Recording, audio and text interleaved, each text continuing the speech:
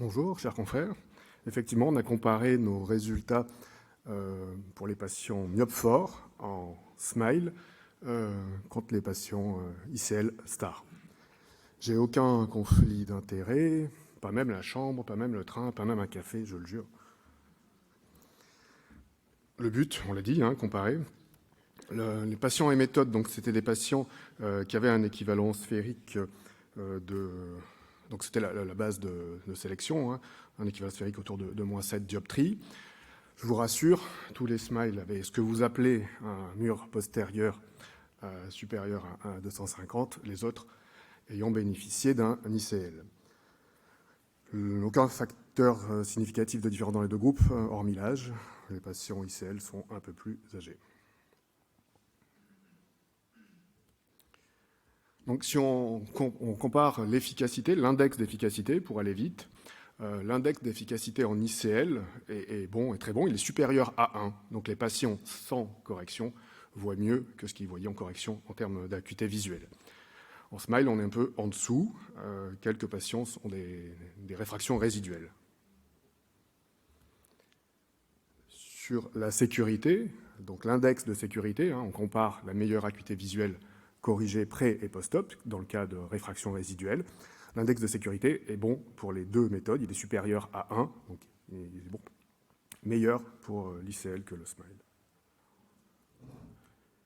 Si on regarde la réfraction, il n'y a pas de différence significative dans notre étude. Néanmoins, les patients en ICL ont une prédictibilité un peu meilleure sur l'équivalent sphérique, mais c'est notre faute parce qu'on a surcorrigé, et c'est à 1 mois, les SMILE pour anticiper la régression bien connue de ces myopies fortes.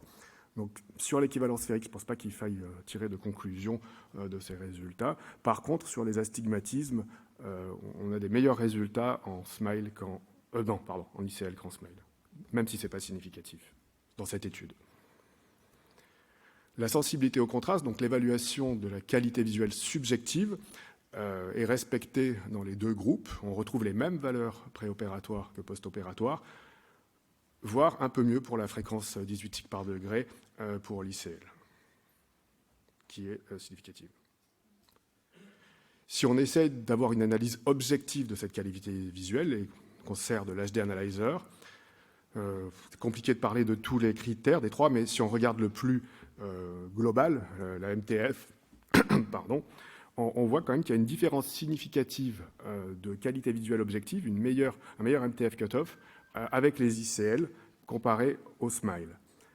L'ICL améliore un peu sa qualité visuelle, le SMILE diminue un peu, même si ça reste dans des valeurs normales.